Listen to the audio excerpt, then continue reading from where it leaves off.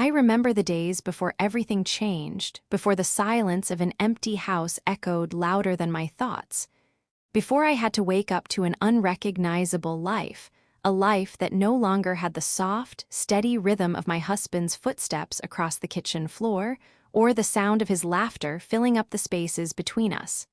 It wasn't supposed to be like this. I was Sarah, a wife, a mother, and then, suddenly, I was neither. The life I built with him had always felt solid, steady like a well-poured cup of coffee on a Sunday morning, warm, comforting, full of promise. We had our struggles like any couple, but we always faced them together. James, my James, was the kind of man who knew how to fix things, whether it was a leaky faucet or the broken heart of his wife. He had a way of making everything seem manageable. And then, just like that, it all unraveled. I was never prepared for the call. No one ever is, are they? The hospital called one Wednesday evening, their words cold, formal, detached. James had collapsed at work, a heart attack. No warning, no sign, just gone, that was it. The man I had shared everything with, the father of my child, was gone. Just like that. There's no preparation for a moment like that, no guidebook for how to navigate the world when the foundation of your entire existence is suddenly ripped out from beneath you. I thought I would crumble, that I would drown in the weight of it all. But I couldn't. There was Michael, our son, only 10 at the time. His big brown eyes wide with confusion and fear. His small hand in mine gripping me like I was his anchor in a storm. And so I had to be strong for him, even when every part of me wanted to collapse, even when I wanted to scream and let the world know how unfair it all was. But I couldn't, because I had him. I had to keep going for him. I had to be both mother and father, and somehow find a way to fill the hole that James had left in our lives. The days that followed were a blur of paperwork, funeral arrangements, and well-meaning relatives who said all the right things but left me feeling more alone than ever. The hardest part wasn't the grieving. It was the aftermath. The moments when I realized the enormity of what lay ahead. How was I going to support us now? How was I going to raise Michael and make sure he had everything he needed? Both the material and the emotional things that only a father could provide. I remember sitting in the living room that night, the weight of my new reality pressing down on me like a heavy quilt. The silence was suffocating. Michael was asleep in his room, but I couldn't sleep, not with so much spinning in my head. I thought about the bills, the mortgage, the food, the school tuition, all the things James had taken care of. I had never worked outside the home before. I had always been the homemaker, the one who kept things running smoothly behind the scenes. But now I had to figure out how to do everything. So, I did what any mother would do when faced with such a challenge. I found a way. I started working, 3 jobs actually. I took anything I could get. I worked at the diner down the street, pulling late shifts after Michael went to bed. I did housekeeping for a few of the wealthier families in the neighborhood, scrubbing their kitchens and bathrooms while they slept soundly in their beds. And I worked weekends at a local convenience store. It wasn't glamorous, but it paid the bills. And every hour I spent away from Michael, I reminded myself that it was for him, for his future, for our future. But the hardest part, the part I wasn't prepared for, was the racism. It wasn't just the sting of being a woman trying to make it on her own in a world that doesn't often make space for women, but the added weight of being a Black woman in a predominantly white neighborhood. I faced judgment every day. The stares, the whispers, the subtle and sometimes not so subtle looks that said I didn't belong. I was expected to work harder than anyone else just to be seen as equal. And I did. I had to. Every day felt like a battle, whether it was with the world outside or with my own exhaustion. There were days I would come home, aching in every bone, my hands raw from scrubbing, my mind racing with worry, and I would sit in the kitchen, staring at the empty seat across from me where James used to sit. The man who had always been the calm in the storm. And I would ask myself, How do I do this? How do I raise him alone? But I couldn't give up. Not when I saw Michael's face light up at the end of each day, his small arms wrapping around me when I got home. He was my reason to keep going. And no matter how tired I was, no matter how many tears I swallowed in the darkness of the night, I kept going. For him, the days turned into weeks, and the weeks turned into months. And gradually, the raw pain of losing James began to dull, replaced by the steady grind of survival. I learned how to juggle it all: work, school, raising Michael, trying to be everything he needed me to be. And somewhere along the way, I found a rhythm. But there were times when the weight of it all threatened to crush me. When the worry about whether I was doing enough for Michael, whether I was giving him enough, whether he was growing up too fast, kept me up at night. But every time I doubted myself, every time I thought about giving up, I looked at his face, his big brown eyes full of innocence, and I remembered why I had to keep going. He was my purpose.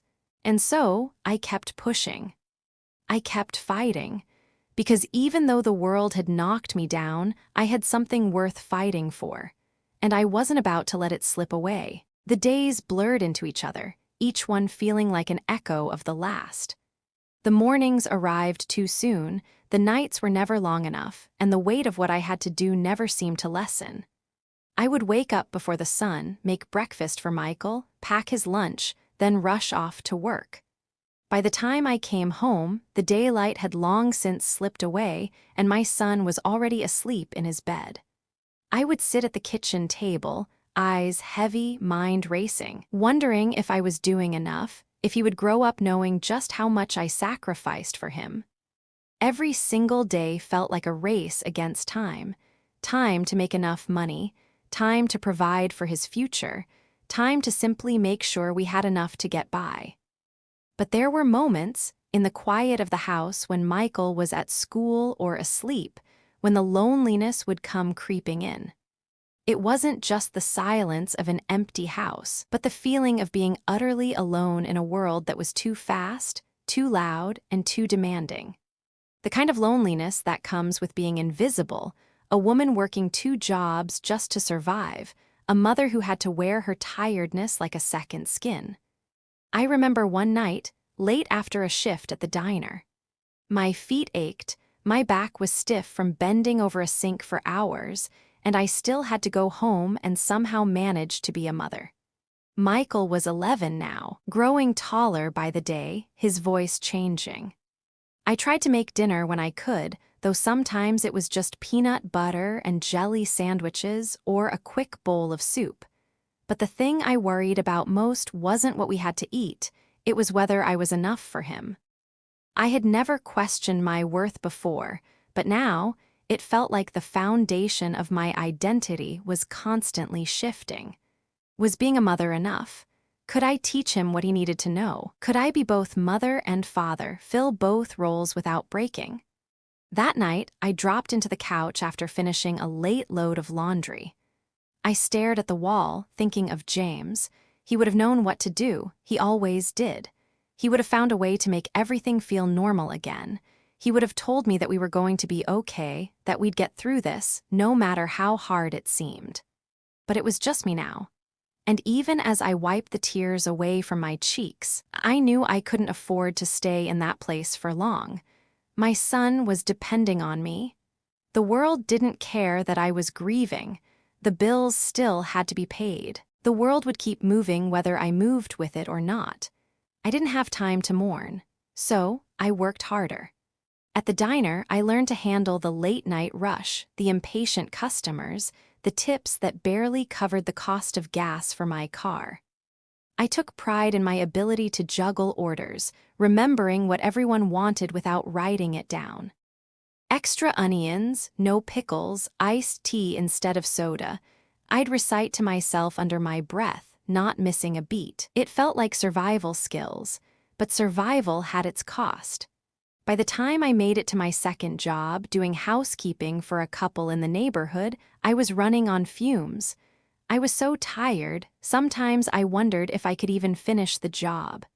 Scrubbing floors, wiping down counters, folding clothes, my hands would tremble from exhaustion, but I had to keep going. No one would come to save us. This was it. And it was there, in the quiet moments of that house, when no one was around and I could hear only the hum of the refrigerator, that I'd think about Michael's future. Would he go to college? Would he have a chance at something more than I had? Would he remember his mother as the woman who worked tirelessly to make sure he had a chance to rise above the circumstances we were stuck in? But as much as I tried to stay focused on the future, the past would still haunt me. I would catch glimpses of it in the moments when I least expected it, like when I saw a couple holding hands, or when I smelled a familiar scent that reminded me of James. The past had a way of sneaking up on me, and I would have to swallow the ache in my chest and keep moving. The hardest part was balancing everything. It wasn't just the physical work, though that was exhausting enough, it was the emotional toll. There were days when I felt like a failure, when I felt that I wasn't doing enough for Michael, that my tiredness was showing in the way I snapped at him when he asked for something simple, like a ride to practice or a little extra time on his homework. He didn't deserve that. He didn't deserve a mother who was always exhausted, always on edge, always running on empty. But I couldn't change it. I couldn't make the time stretch further, couldn't add more hours to the day. One day, while I was sweeping the floors at the house I worked for, I overheard a conversation between the husband and wife I was cleaning for. They were talking about their upcoming vacation, plans for a luxury cruise to the Caribbean. I paused for a moment, the broom in my hand, my mind swirling with thoughts I tried to push away. What would it be like to have that kind of life? To not have to worry about every penny, to have choices instead of constant survival. I never allowed myself to think about it for too long, too many people depended on me, and I couldn't afford to waste time on what-ifs.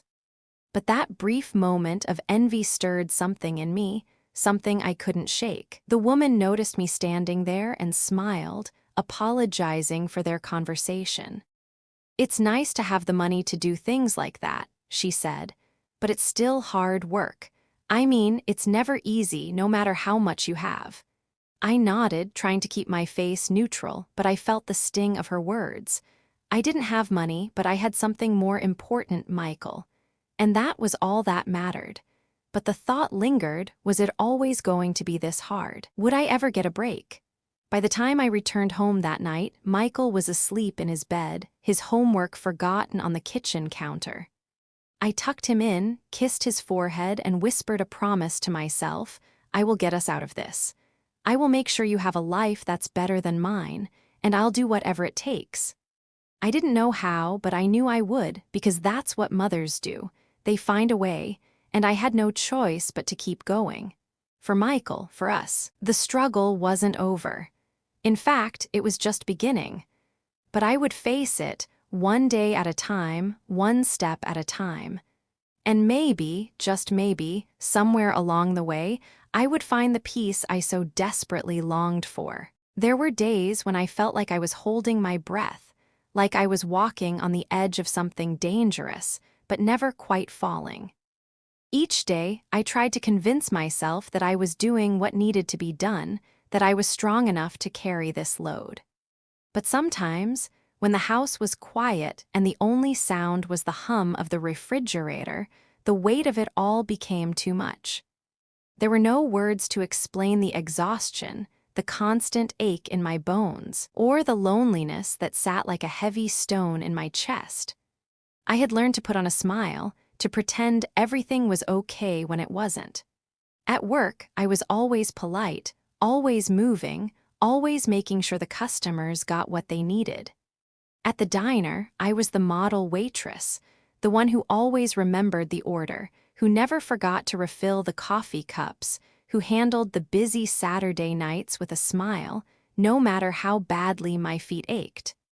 But behind the smile, the tiredness was there, the doubt was there, and the exhaustion was real. It felt like I was playing a part in my own life, pretending to be okay when I was so far from okay. The bills piled up. The rent was always due. And Michael needed things, clothes for school, a new backpack, books for his studies, and even though he was growing up so fast, I still saw him as my little boy. He still needed me, but I was barely holding it together. The hardest part was the silence. The kind of silence that settles deep in your bones, the one that grows around you when you realize just how much you've lost and how little you can do about it. People tell you time heals all wounds, but the truth is, time doesn't heal everything. It just lets you learn how to live with the pain. I didn't talk about it. I couldn't. The truth was that no one really wanted to hear about the struggles of a woman who worked 2 jobs just to keep the lights on. They didn't want to hear how, when I looked at my son, I saw both pride and guilt, the weight of my sacrifices pressing down on me every time I told him I couldn't afford to get him something he wanted. And that's when I noticed it. Michael was changing. It wasn't just the way he looked, his body growing taller, his voice deeper. It was the way he carried himself now. There was a quietness about him, a distance that hadn't been there before. I knew the pressure was getting to him too, but he wouldn't talk about it. Not directly, anyway. I could see it in the way he asked fewer questions, in the way his shoulders sagged under the weight of his own unspoken worries. One evening, after a particularly grueling shift at the diner, I came home to find him sitting at the kitchen table, staring at his homework but not doing it. He looked up when I walked in, his eyes tired, his face too serious for a boy his age. "How was work?" he asked, his voice flat. I shrugged, trying to keep it light, trying to hide the heaviness I felt. "Same as usual, busy, but I'm glad to be home." He nodded, but his eyes didn't leave mine. "Are you okay, Mom?" The question caught me off guard. Of course I was okay, I had to be for him. "Yeah, honey," I said, forcing a smile. "I'm fine." But I wasn't fine. I was tired. I was scared. And I was holding onto a thread of hope that felt thinner with every passing day. Michael stood up then, his small hands gripping the edge of the table. "You don't have to keep pretending, I can tell when you're not okay." His words hit me like a wave, and for a moment I didn't know what to say. How could I admit to him that everything was falling apart, that I didn't know how much longer I could keep up this act? I walked over to him, my heart heavy, my mind racing. "I'm just doing the best I can, baby. I'm trying to give you everything you deserve." He reached up and hugged me, his arms still small enough to fit around my waist. "I know, Mom, but it's okay if you're not okay sometimes." I held him tighter, closing my eyes against the sudden surge of emotion. He shouldn't have to worry about me. He shouldn't have to see how broken I really felt. But somehow, in that moment, I realized that I was no longer hiding it. Maybe I never had to. The next day, I had another late shift at the diner. But when I arrived, something was different. The air was thick with tension, the kind of tension that comes from something unsaid, something hidden. It was in the way the customers looked at me, in the whispers that stopped as soon as I walked by. I tried to shake it off, focusing on the orders, keeping my mind busy with the work. But then it happened. A woman, someone I had seen come into the diner regularly, approached the counter where I was filling a coffee pot. She smiled at me, but there was something in her eyes that made my stomach churn. I'd learned to read people over the years. Her smile was too wide, too forced. "Sarah, isn't it?" she asked, as if she were trying to place me. I nodded, still unsure of where this was going. "Yes, ma'am. Can I get you something to drink?" "Coffee, please, but I've heard a lot about you." Her words were casual, but the way she said it made me pause. The diner wasn't a small place, but the regulars knew each other and they talked. They always did. "People say you've been working hard, so hard, in fact, that it's becoming noticeable." The insinuation hung in the air, and I forced myself not to react. I had heard whispers like this before, rumors that were never spoken directly to my face, but always just out of reach. They whispered about my work ethic, about my struggles, about the fact that I was a woman, a black woman, trying to make it in a world that often didn't care. But hearing it so bluntly, hearing it from someone I had smiled at and served countless times, it stung. Before I could say anything, she smiled again, this time with more intention. "I just wanted to let you know that it's hard to ignore. People are starting to talk about you, about your situation." I didn't respond, I couldn't. I just nodded, grabbing the coffee pot and walking back to the kitchen where I could be alone with my thoughts. It wasn't the first time I had felt the sting of people's judgment. But that day, for some reason, it hurt more. Maybe because it was a reminder that no matter how hard I worked, no matter how much I sacrificed, I would always be seen through the lens of what I lacked, not what I was doing to get by. Later that night, I came home and Michael was already asleep. I looked at him, his face peaceful in sleep, and the guilt welled up inside me. Was I doing enough for him? Was he seeing this? Was I damaging him by working so much, by not being able to give him the life he deserved? I sat on the edge of his bed, looking at his sleeping face, feeling the weight of it all, and in that silence, I knew I had to make a choice. I could either keep pretending everything was fine, or I could stop and face the truth. I wasn't okay, and for the first time, I didn't feel the need to hide it anymore. The morning light crept through the cracks of the curtains, casting a soft glow on the walls of Michael's room. He was still asleep, curled up in a ball beneath the covers, his favorite stuffed bear clutched tightly to his chest. I stood there for a moment, watching him sleep, thinking of how much he had grown in such a short time. He was no longer the little boy I used to carry in my arms. He was becoming someone I didn't quite recognize, but in all the best ways. I had always told myself that this was enough. I was doing enough. But the truth was, I wasn't sure anymore. I wasn't sure if I was the kind of mother he deserved, if I was giving him the kind of life he should have had, if I was enough for us. But I wasn't allowed to dwell on that. I had work. I had to make sure the bills were paid, the rent was covered, the groceries were bought. So, after the brief moment of reflection, I shook it off, at least for now, and focused on the rhythm of the morning routine. The smell of eggs and toast filled the kitchen as I scrambled eggs and made his favorite breakfast. Michael still liked to eat breakfast with me, and that small ritual of our mornings together became one of the few things that still felt normal, felt safe. It was our time, however brief, before the world outside demanded everything from us. "Morning, Mom," Michael said, walking into the kitchen, his hair tousled and his eyes heavy with sleep. He smiled at me, though there was something different in his expression, something I couldn't quite place. "Morning, sweetie, eggs okay?" I asked, setting a plate of food in front of him.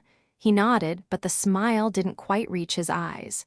He poked at his food, his fork clinking against the plate in a rhythm I knew all too well. Something was off, but I didn't press him. I was used to the silent spaces between us now, the way he would retreat into himself after long days. The way the weight of everything, the stress, seemed to have a hold on him that I wasn't sure how to break. "You're quiet today," I said, sitting down across from him, watching as he pushed the eggs around on his plate. "Just tired, I guess," he muttered, not looking up. I nodded, not wanting to push him too hard, but there was an undeniable ache in my chest. I could see the signs. The distance. The way he was changing, becoming a version of himself that I didn't fully understand. It broke my heart. I never wanted him to feel this way, never wanted him to carry the weight of our lives on his small shoulders. But I couldn't stop it. I couldn't change what had happened. And maybe that's what scared me the most, that no matter how hard I tried, I couldn't protect him from the world, from the struggles, from the pain of living in a reality that felt like a constant uphill battle. The workday was no better. It never was. The diner was crowded, as usual. I moved swiftly, sliding between tables, remembering orders before they were even asked for. I was good at it. I had to be. The tips were our lifeline, a small consolation for the hours of work that drained me dry. It wasn't glamorous. It wasn't easy, but it was what I had to do.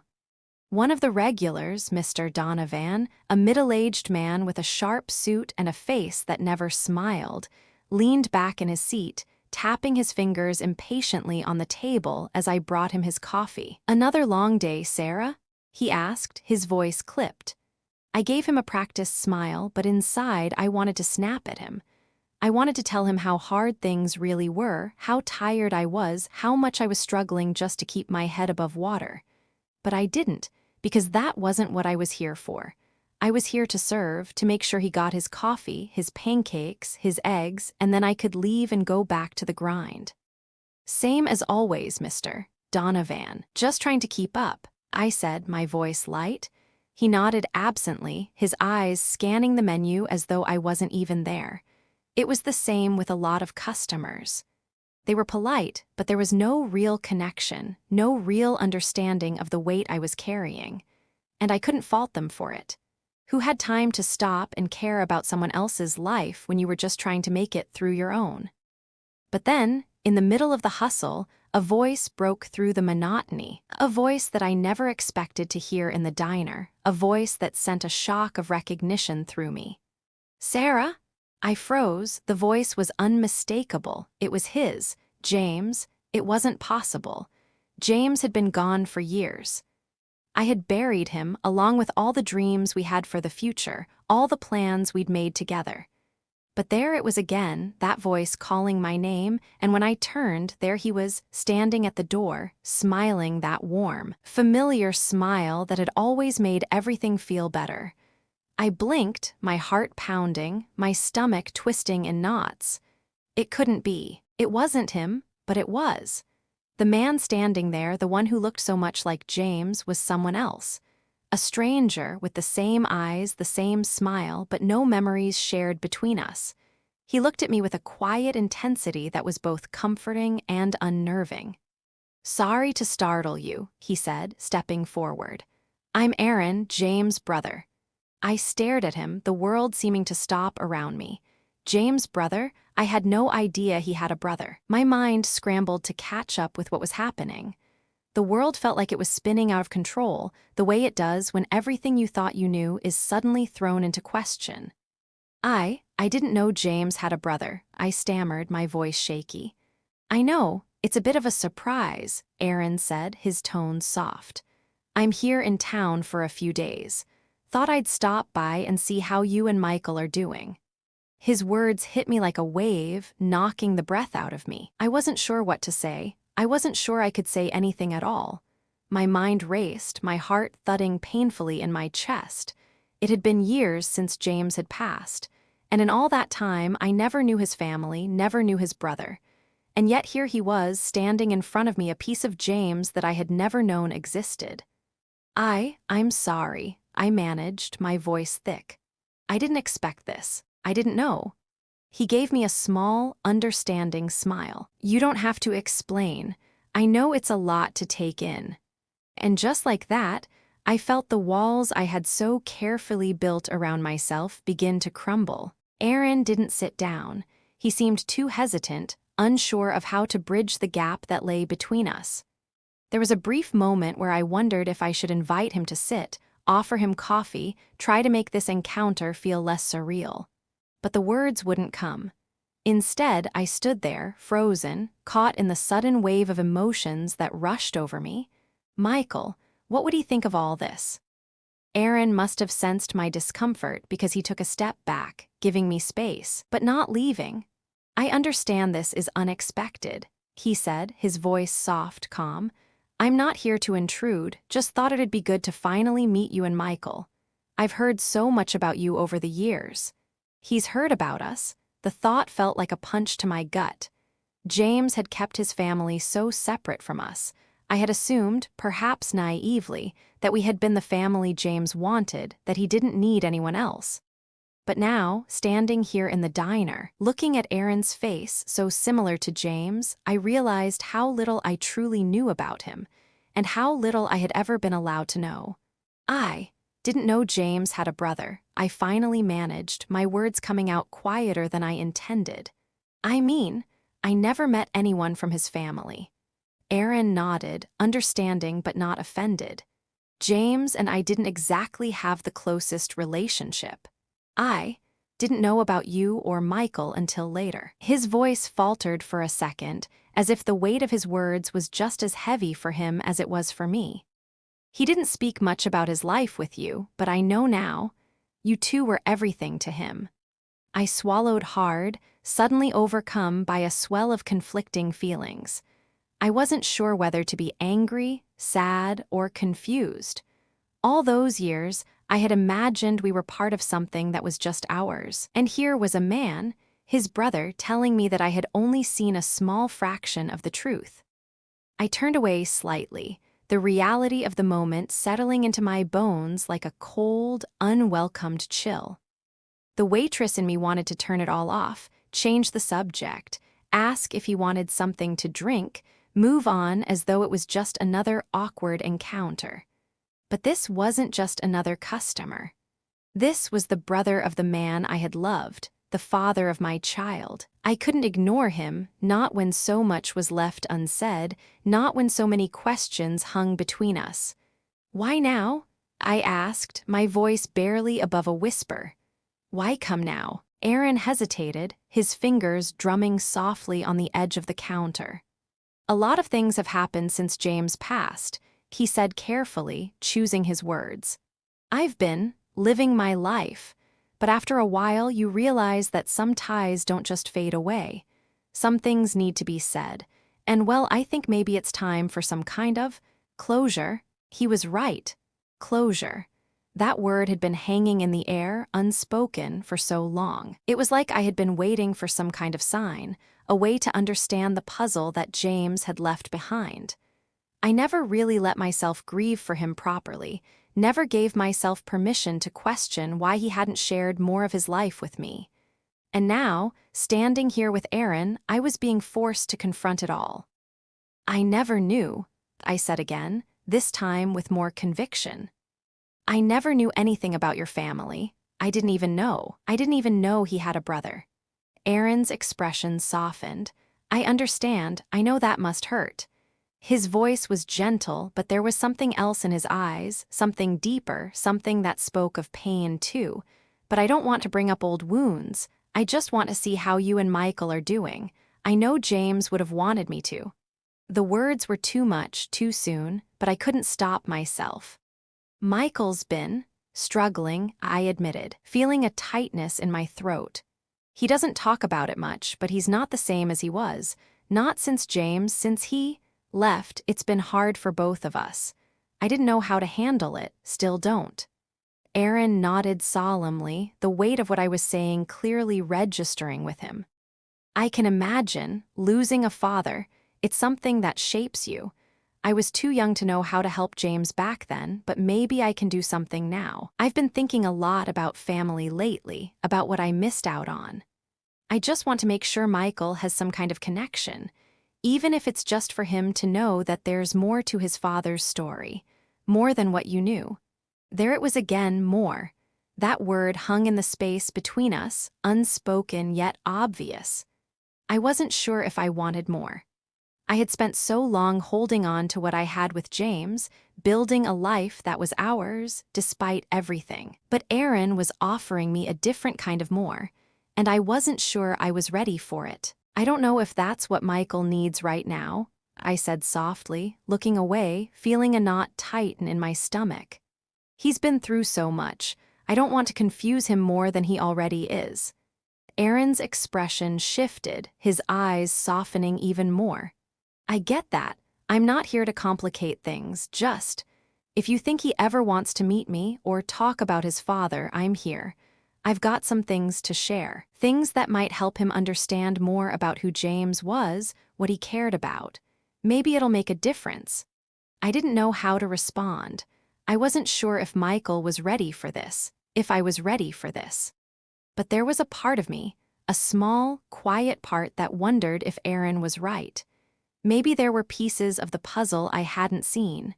Maybe knowing more about James' past would help Michael make sense of his present, help him heal in ways I couldn't. "Maybe," I said finally, my voice low.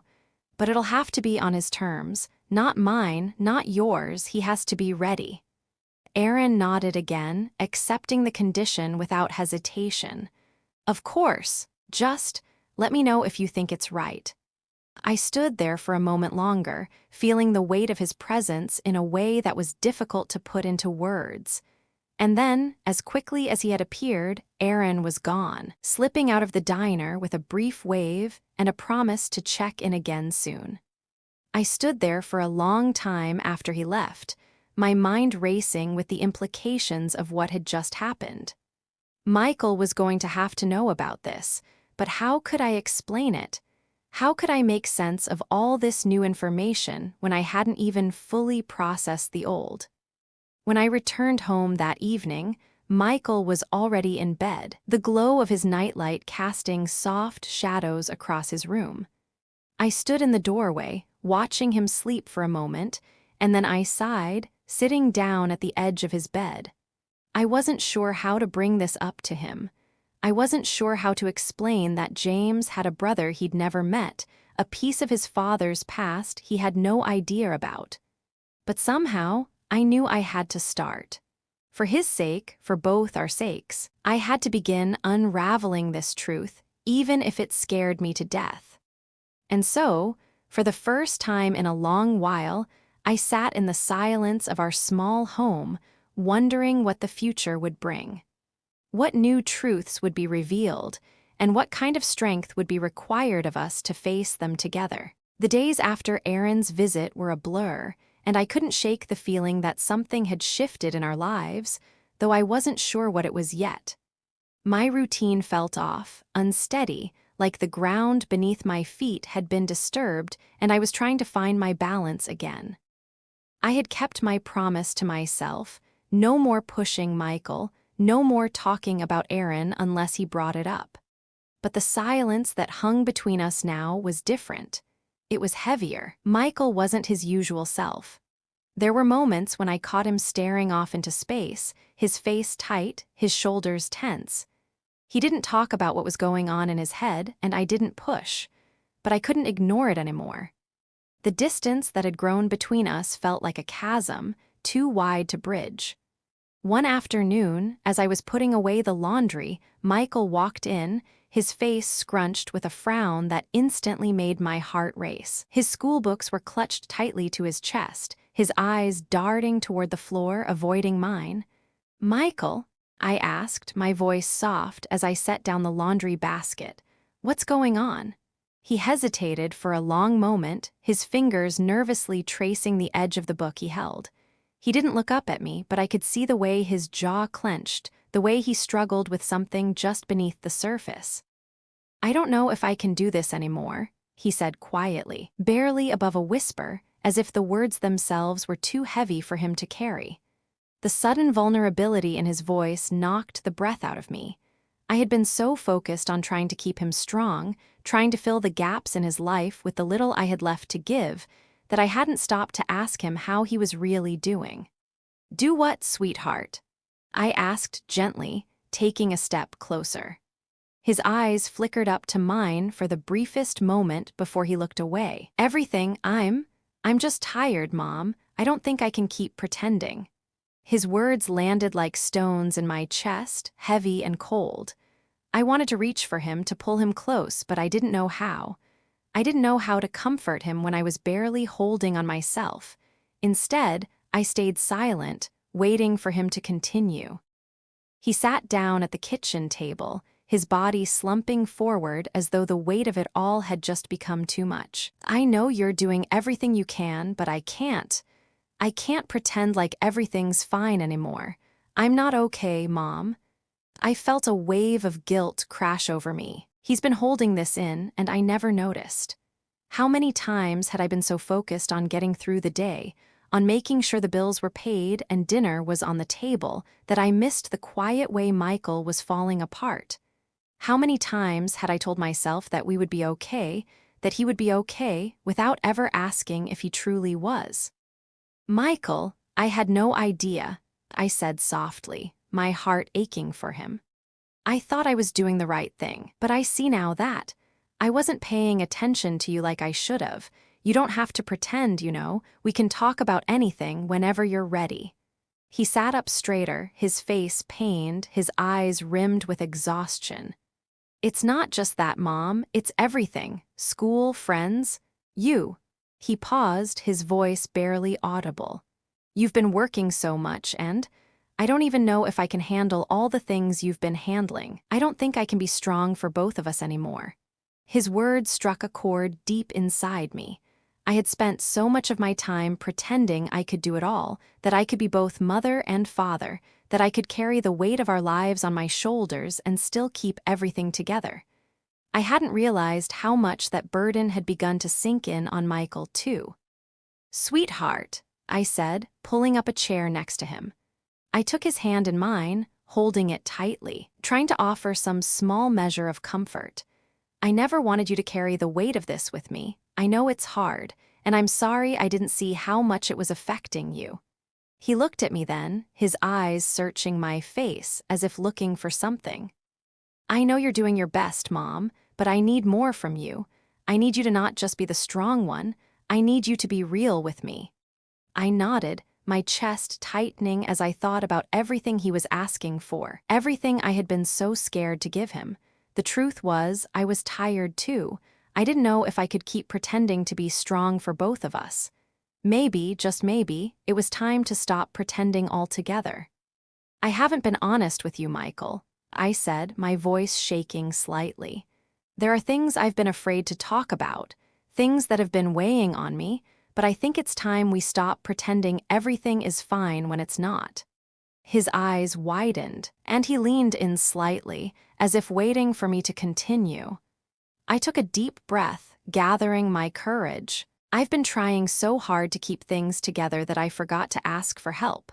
I've been carrying this weight on my own, but I see now that you've been carrying it too, and we need to face it together."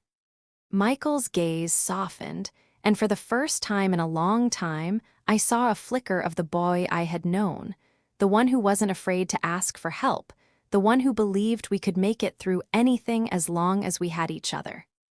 Maybe we should talk to someone," he said, his voice tentative but hopeful. "Maybe we both need help." The suggestion hit me like a lightning bolt. I hadn't even considered it, but as soon as the words left his lips, I knew he was right. We couldn't keep doing this on our own. We needed help. "I think that's a good idea," I said softly, squeezing his hand. "I'm going to look into it. We'll figure this out, together." He smiled then, a small but genuine smile that made my heart ache with relief. "Thanks, Mom." We sat in silence for a while after that, just the two of us, letting the weight of everything settle.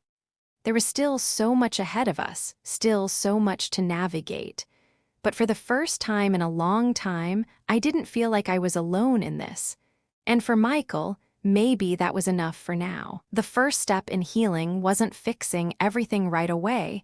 It was just admitting that we couldn't do it alone. That night, I went to bed feeling a strange sense of peace, something I hadn't felt in a long time. It wasn't a solution. It wasn't an end. But it was a start, a beginning of something new, something we could face together.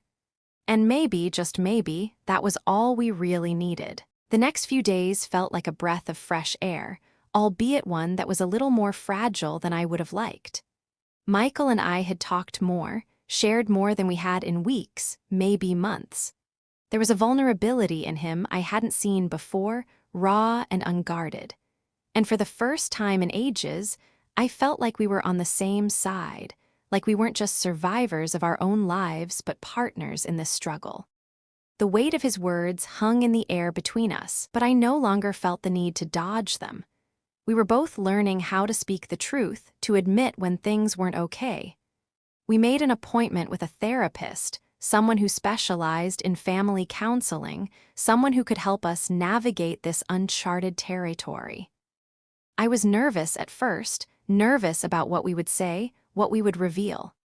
But every time I looked at Michael, sitting next to me in the kitchen, his hands folded in his lap, waiting for the next step, I realized that it was worth it. We couldn't keep going like this. We couldn't keep pretending we had it all figured out when we both knew we were barely holding it together. The therapist's office was small, cozy, decorated with soft tones of blue and green. It wasn't intimidating, not like I had imagined, but instead felt calming in its simplicity.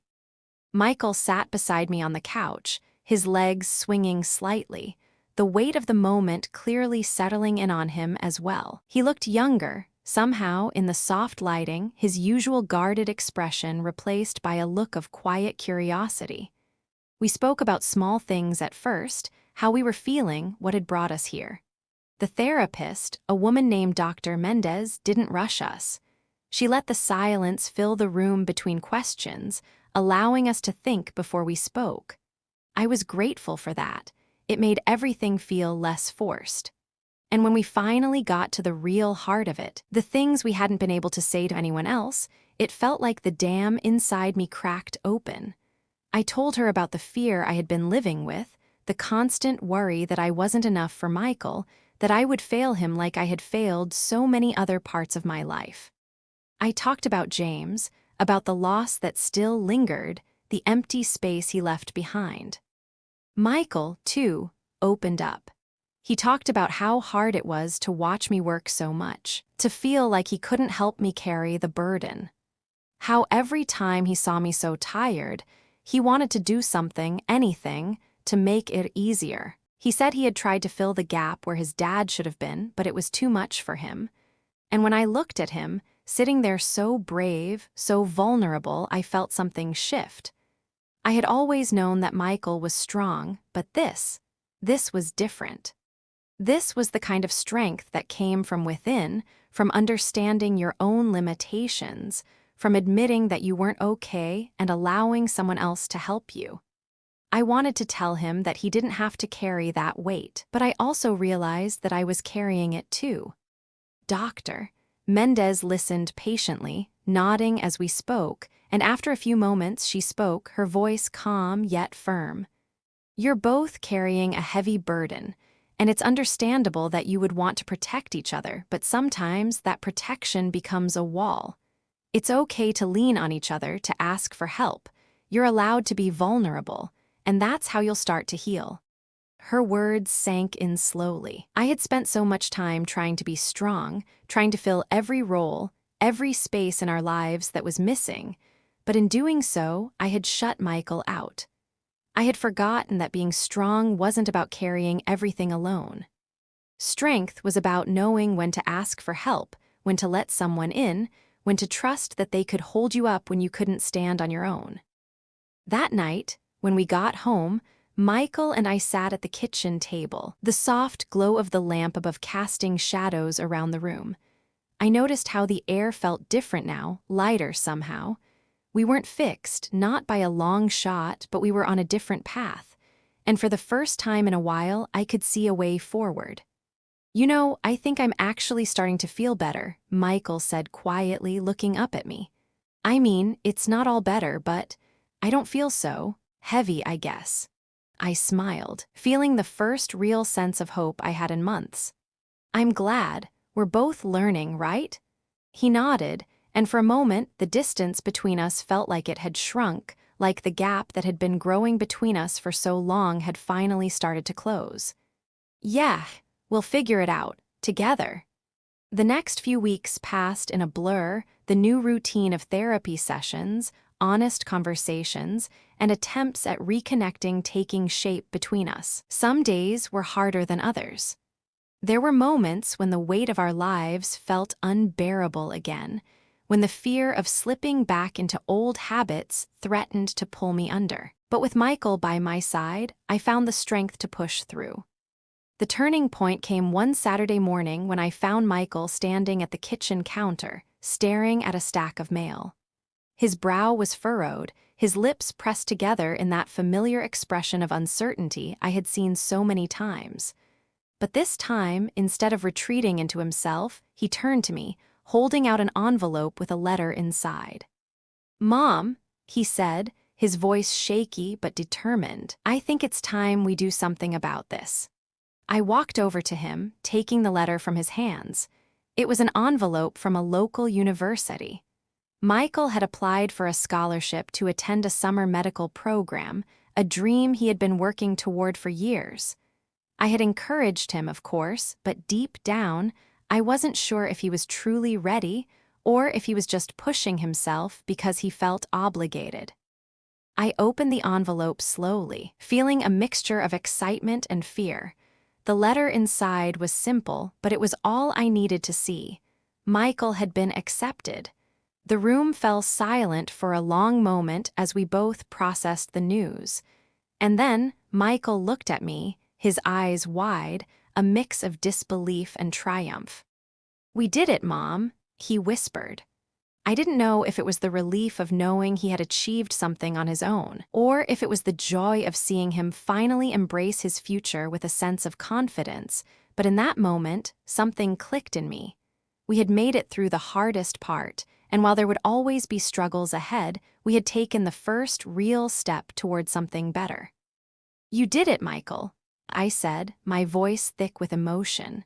"And I'm so proud of you." For the first time in a long time, I felt like we were finally moving in the right direction, not just surviving, but truly living together. And in that moment, I realized that this was the strength we had been searching for, acknowledging the pain, the fear, the uncertainty, and still choosing to move forward step by step.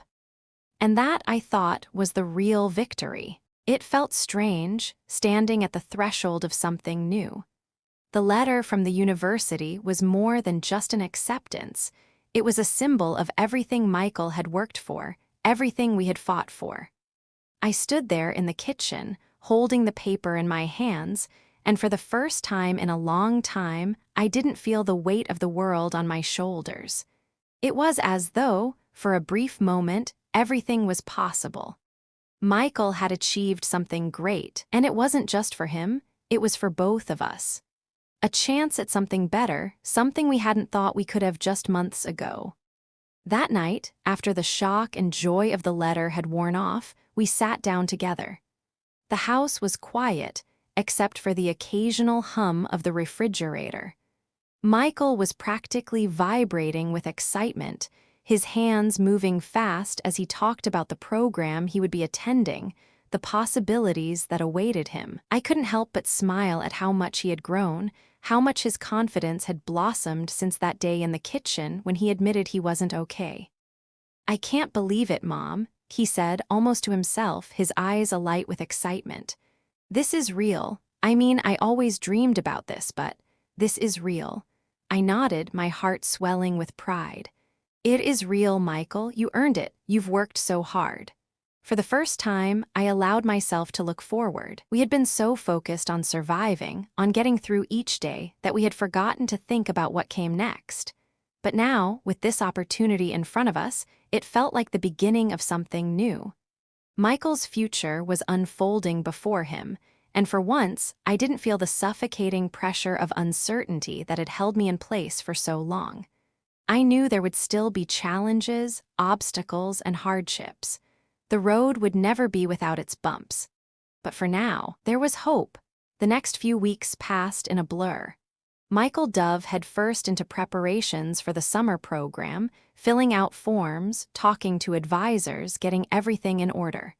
I watched him, amazed at how determined he was, how focused.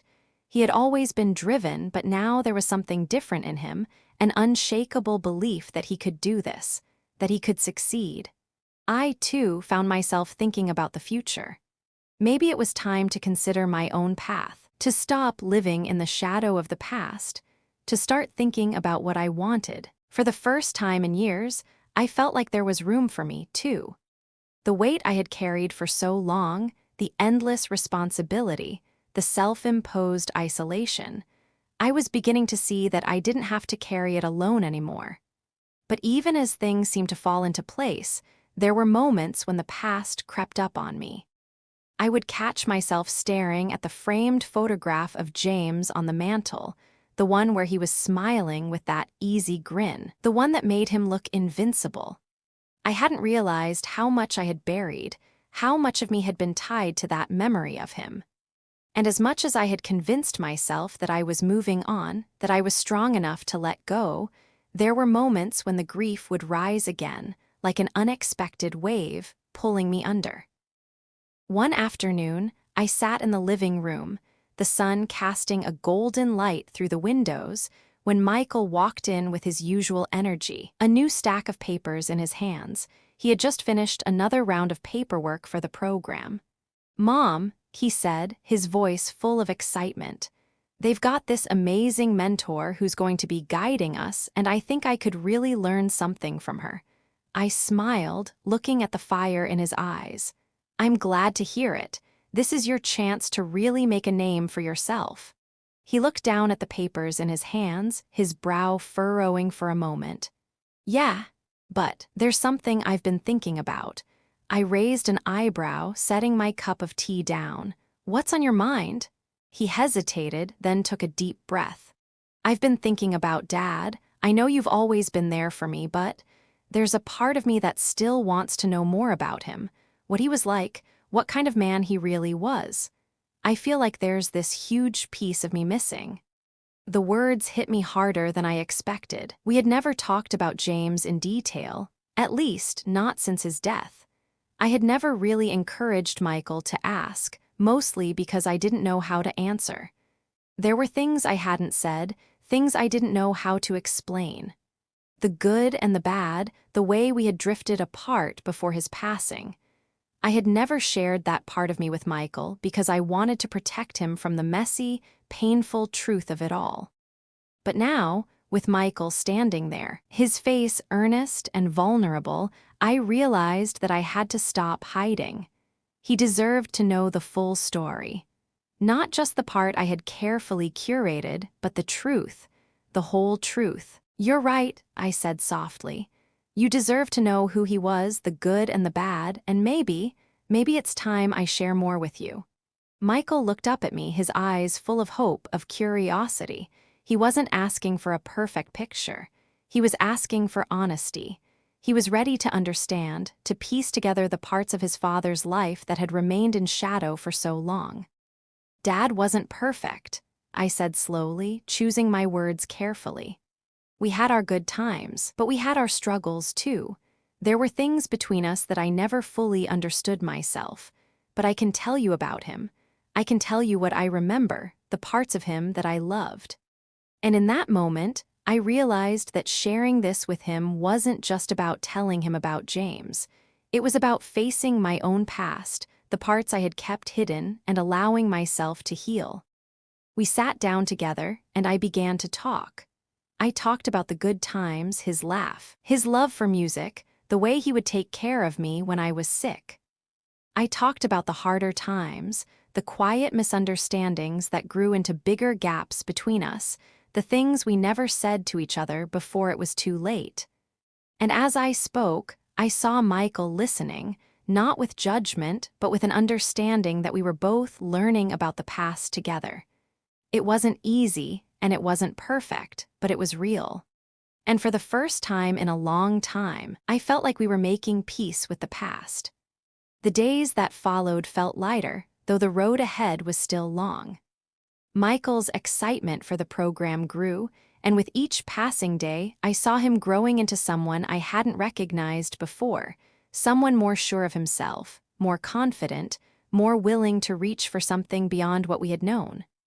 And for the first time in years, I saw a future not weighed down by the past, but full of possibility. The future was still uncertain, still filled with challenges, but now it felt like something we could face together.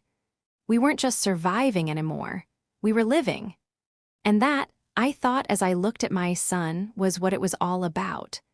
The chance to live, to grow, and to build a life that was ours, one step at a time, no matter how uncertain it seemed. The weeks leading up to Michael's summer program passed in a whirlwind. The excitement in the house was palpable, but so was the tension. For the first time, we were facing the reality of change, the kind that stirs up everything, from the mundane to the profound.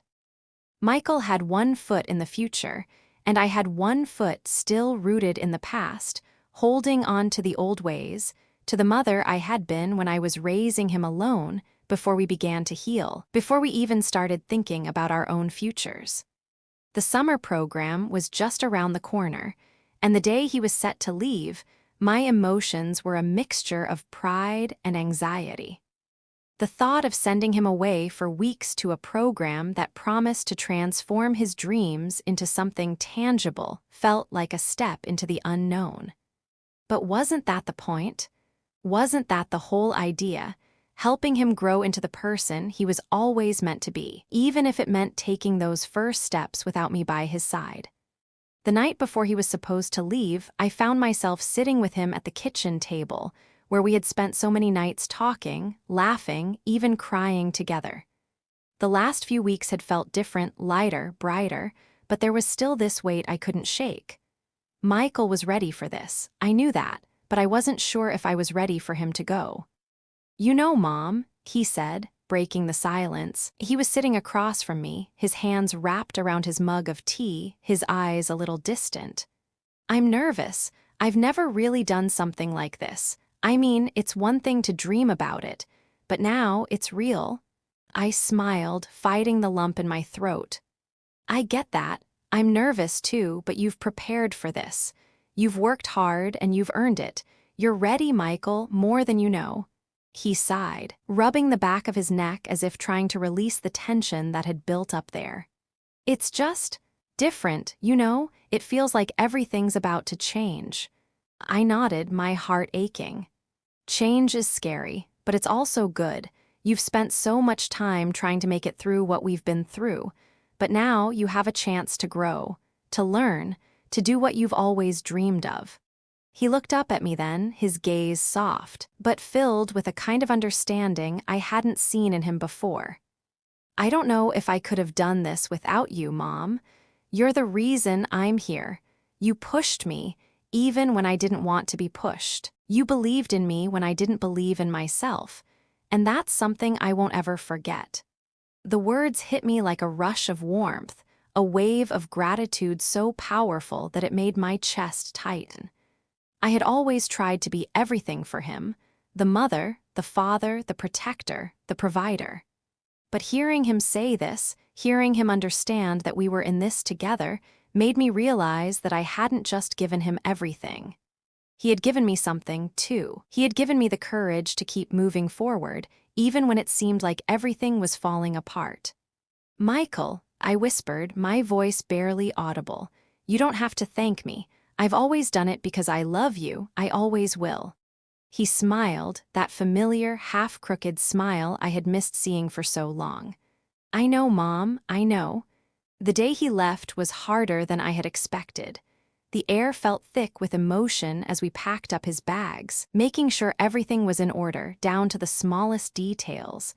I tried not to let my nerves show, but I couldn't help myself. I watched him carefully as he loaded his things into the car, his face set with a quiet determination. "I'll miss you, Mom," he said, looking at me with those big, brown eyes, the same ones that had been my anchor for so long. I squeezed his shoulder, trying to keep my emotions in check. "I'll miss you, too. But remember, this is your time. You've worked hard for this, and now you're going to do great things." He hesitated for a moment before wrapping his arms around me. I held him tight, feeling the weight of the moment in every inch of my being. It wasn't just goodbye for the summer. It was goodbye to the boy I had known, the one who had always needed me to hold his hand, to guide him. And now he was stepping out into the world, ready to take on whatever came his way. When he pulled back, I could see the hesitation in his eyes, but it was accompanied by something else, something new. Confidence. And that confidence, that strength, was something I had helped build in him. "Take care of yourself, okay?" I said, my voice thick. "And always remember that you can come to me for anything, no matter what." "I will, Mom," he promised, giving me a final hug before getting into the car. "I love you." "I love you too, Michael, more than you'll ever know." As I watched the car pull away, I stood on the porch for a long time, feeling the warmth of the sun on my skin, but also the cold emptiness that had suddenly settled in my chest. I knew he was ready for this. I knew he would do well. But a part of me couldn't help but feel the loss, the absence of the boy who had filled this house with noise, with questions, with laughter. I turned back inside and closed the door softly behind me. The house felt different now, quieter. I walked into the living room and sank down onto the couch, my hands resting in my lap as I tried to gather my thoughts. It wasn't just the silence of an empty house that unsettled me.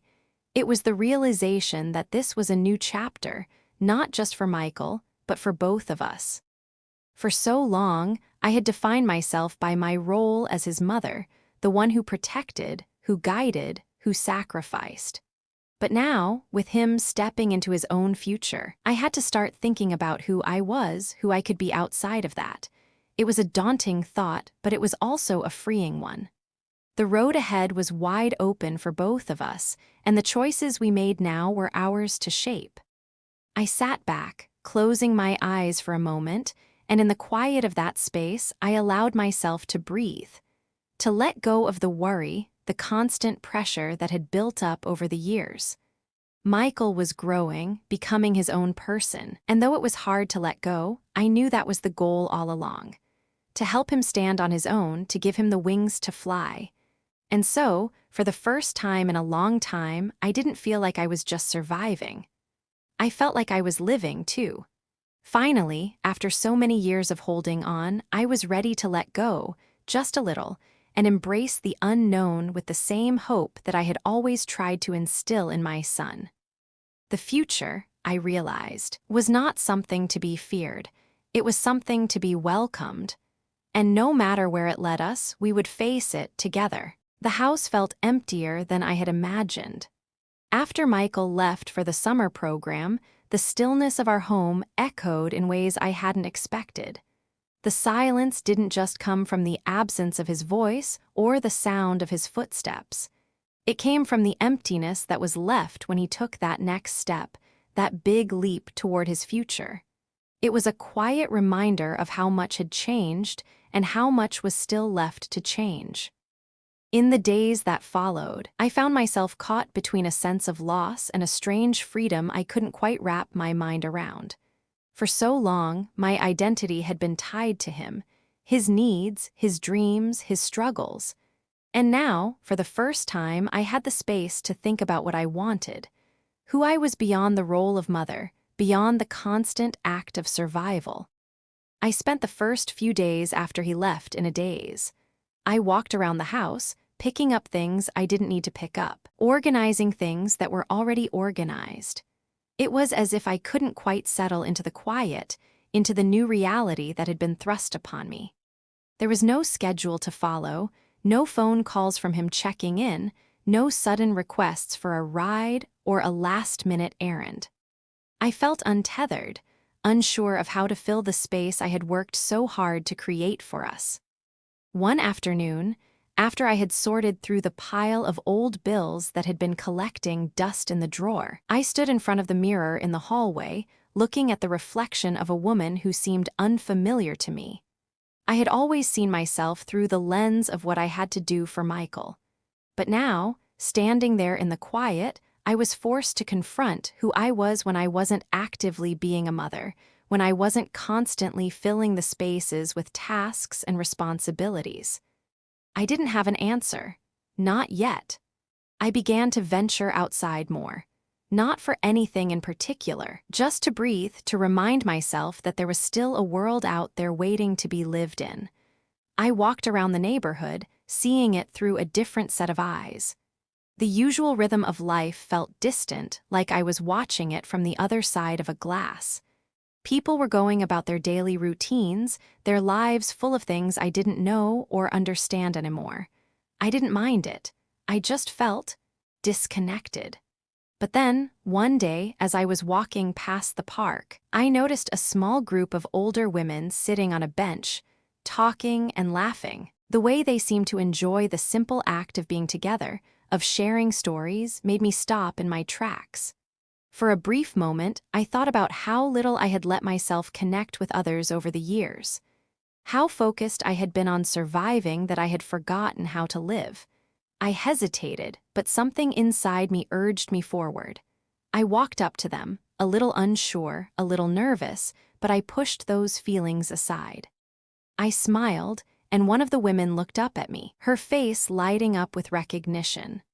"Hello, dear," she said warmly, her voice full of that quiet confidence that only comes with age. "Come sit with us." I didn't know why I hesitated for so long, but I finally sat down next to them. We talked about everything and nothing, gardening, the weather, how much we all hated the humidity.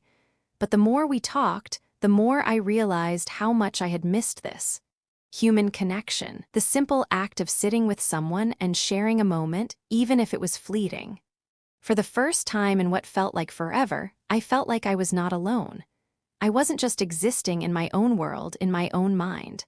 I was part of something bigger, part of a community, part of a shared experience. I hadn't realized how much I had neglected that part of me, how much I had pulled away from the world while I focused entirely on Michael. "I'm glad you stopped by," one of the women said as we stood to leave, her eyes kind and knowing. Sometimes, it takes a little nudge to remember how important it is to be around people. I smiled, feeling a small weight lift from my chest. I think I needed that more than I realized.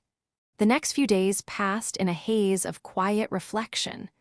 I spent more time outside, going for walks, sitting in the park, letting my mind wander to places I hadn't visited in years. I realized how much I had missed just being Sarah, not someone's mother, not someone's provider. Just me. I also made a decision. It was time to start thinking about my own future, about what I wanted to do with the rest of my life. I had spent so long focused on Michael's dreams, on making sure he had everything he needed to succeed, that I had neglected my own. I wasn't sure where to start, but I knew one thing. I needed to do something that would make me feel alive again. Something that would remind me of who I was before the world became so overwhelming. One afternoon, as I sat down with my tea, I took out a notebook and began to write. It wasn't much at first, just a few lines about what I wanted to explore, what I wanted to try. I didn't have a plan, not exactly, but I started to think about things that had always intrigued me: writing, art, maybe even going back to school. I didn't have to know the details right now. I just had to start somewhere. And as I wrote, I realized something important. It wasn't about finding the perfect career or the perfect goal. It was about giving myself permission to dream again, to explore without fear. I had spent so much of my life putting everyone else first, and now, for the first time, I was allowing myself to take up space in my own life. The phone rang the next day, shattering the stillness of the room. It was Michael. "Hey, Mom." His voice was full of energy, and I could hear the excitement in his words. "I've been learning so much. There's a mentor here, and she's amazing. She's helped me see things in a whole new way." I smiled, the sound of his voice bringing me back to the present. "I'm so proud of you, Michael. I knew you'd do great things." "I can't wait to share everything with you when I get home," he said. "But I've been thinking, when I get back, we should do something, just the two of us." I felt a lump form in my throat at the thought. We had been through so much together, and now it was time for him to spread his wings. But hearing him say he wanted to spend time with me, that he still needed me, made me feel like I was doing something right. "Anything you want, Michael," I said, my voice thick. "Anything at all." And in that moment, I realized that the space between us, the one I had feared, wasn't really a gap. It was a bridge that led us forward, both of us, into the future.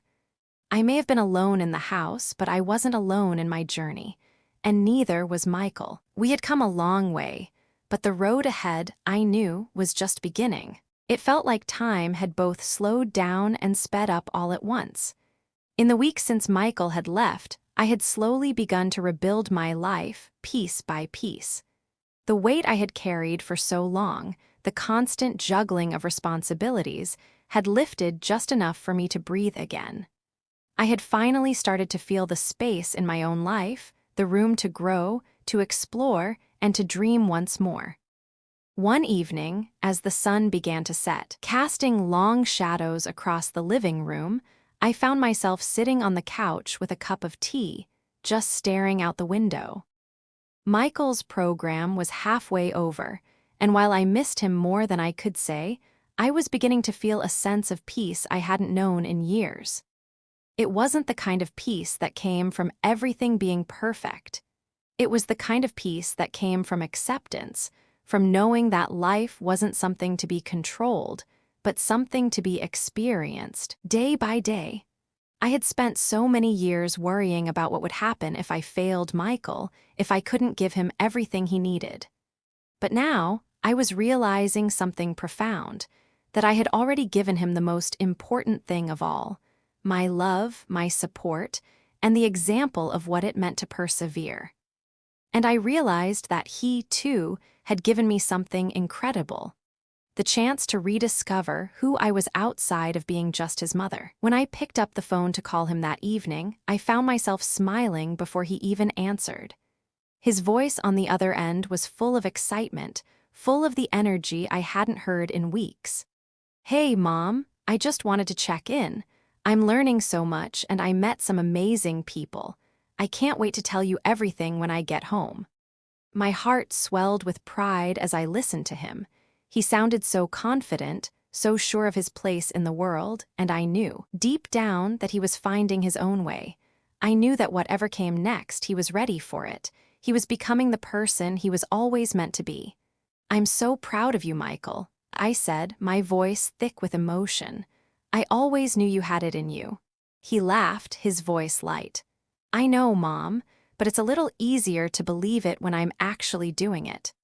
And in that moment, I realized how much he had grown, how much we had grown. This wasn't just his journey, it was mine, too. The moments of doubt, the fears about the future, the struggles with the past, all of it had brought us to this point, and we were stronger for it. A few days later, Michael came home for a weekend visit, and as soon as he walked through the door, I felt the warmth of his presence fill the house. The silence that had once felt so oppressive now felt comforting, a reminder of how much we had both changed, how much we had both learned. We spent the weekend talking, catching up, and just being together. It wasn't about making grand plans or expecting perfection. It was about the simple moments, the quiet conversations, the laughter that bubbled up unexpectedly, the feeling of being home together. As I watched him, I realized that we were both ready for whatever came next. The road ahead was still uncertain, still filled with challenges and unknowns. But I had learned something important along the way. It wasn't the destination that mattered. It was the journey, the way we grew, the way we learned to face the world, not as individuals, but as a team. I smiled to myself as I watched Michael unpack his bag. The house was full of life again, and for the first time in a long while, I didn't feel afraid of the future. I didn't feel the pressure to have everything figured out. I had learned to trust the process, to trust that we would be okay no matter what.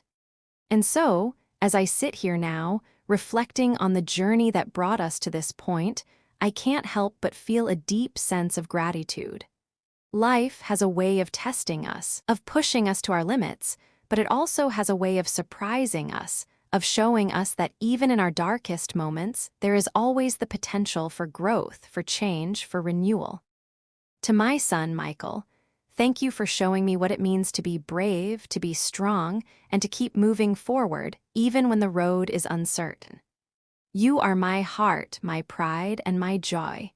To all of you reading this, thank you for joining us on this journey. Thank you for taking the time to walk alongside us, to witness our struggles and our triumphs. I hope this story has reminded you that no matter where you are in your life, no matter what you've been through, there is always room for growth. There is always hope. May you find peace in the quiet moments and strength in the face of adversity. May you continue to move forward with courage, and may your journey be one of love, laughter, and endless possibility. Take care of yourselves, and take care of the ones you love. Wishing you all health, happiness, and the warmth of family. With all my love, Sarah.